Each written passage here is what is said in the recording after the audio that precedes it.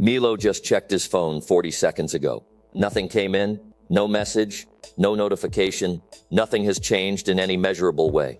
And yet his thumb is already unlocking it again, scanning the same empty screen like something might have materialized in the last half minute. He knows there's nothing there. He checks anyway. If that's you, reaching for your phone before you've even consciously decided to, you already know this isn't boredom. It's something your brain is doing on purpose without asking your permission. Here's what nobody tells you about compulsive phone checking. It's not a willpower problem, and it's definitely not really about the phone itself. There's a very specific mechanism hijacking your attention, one that has nothing to do with curiosity and everything to do with how your brain handles uncertainty.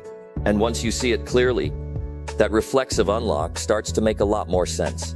Let's start with what's actually happening chemically in that split second before you check. Your brain releases dopamine, not when you find something interesting, but in anticipation of the possibility that you might. Psychologists call this anticipatory dopamine, and it's a crucial distinction most people get backwards. The reward isn't the notification. The reward is the uncertainty leading up to it. That tiny window where your brain doesn't yet know if there's something waiting. That's the part that feels compelling. Which means, technically, the moment you unlock your phone and see nothing new, the most rewarding part of the entire cycle already happened, and it happened before you even touched the screen. Here's the part that explains why this is so difficult to override with logic alone. There's a principle in behavioral psychology called variable ratio reinforcement, and it's the exact same mechanism that makes slot machines so effective. When a reward comes on a predictable schedule, the brain eventually stops caring much. But when a reward comes unpredictably, sometimes after one check, sometimes after 20, the brain becomes far more motivated to keep checking, not less. Your phone runs on precisely this schedule.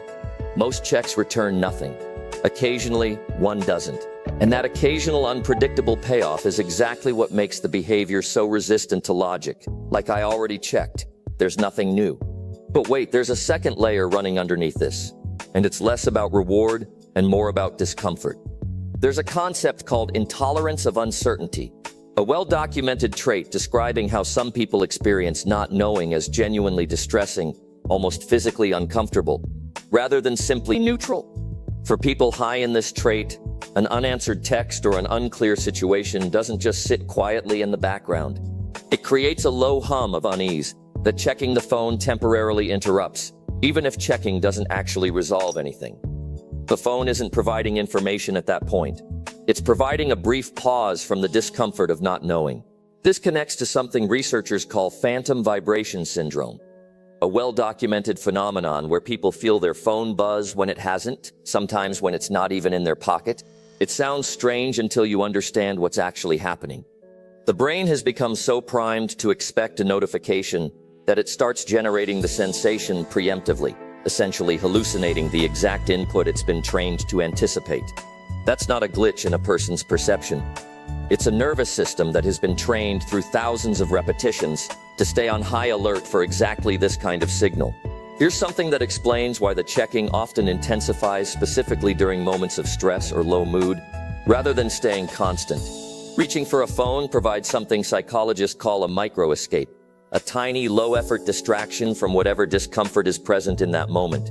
Boredom, anxiety, an unresolved thought, a difficult task. It doesn't require planning. It doesn't require leaving the room. It's available in under 2 seconds, which makes it one of the easiest possible ways for the brain to interrupt an uncomfortable internal state, even though the interruption itself resolves nothing. There's also something worth naming about what this pattern reveals, rather than what it causes. Chronic checkers often score higher on measures of general vigilance, an internal tendency to stay alert and scan for changes in their environment. In a lot of contexts, that trait is genuinely useful. It's part of what makes someone responsive, attentive, quick to notice when something needs attention. The problem isn't the vigilance itself. It's that a phone gives that vigilance an infinite, always available target, one that never actually runs out of the possibility of something new, even when, statistically, most checks turn up nothing at all. Now here's something that might reframe this pattern completely. Constantly checking your phone isn't evidence of a weak attention span or a lack of discipline. It's a nervous system responding exactly the way it was trained to respond by a system deliberately engineered around unpredictability. This isn't a personal failing showing up. It's a very normal brain interacting with a very effective design. One built by people who understood anticipatory dopamine long before most users ever heard the term. Here's the part worth saying clearly, because a lot of people quietly feel ashamed about this without recognizing the mechanism behind it. Reaching for your phone 40 times a day doesn't mean you're lazy, undisciplined, or addicted to nothing in particular. It means your brain is doing precisely what brains do when uncertainty is paired with occasional reward, chasing the next possible payoff, even when the odds and the evidence sitting right in front of you both say there's nothing there. The goal was never to develop superhuman willpower. It's understanding what's actually driving the urge. So the choice to put the phone down when you want to make it stops feeling like a fight against yourself and starts feeling like simply stepping outside a loop that was never really about the notifications in the first place. If you've ever caught yourself checking your phone seconds after already checking it, hit subscribe.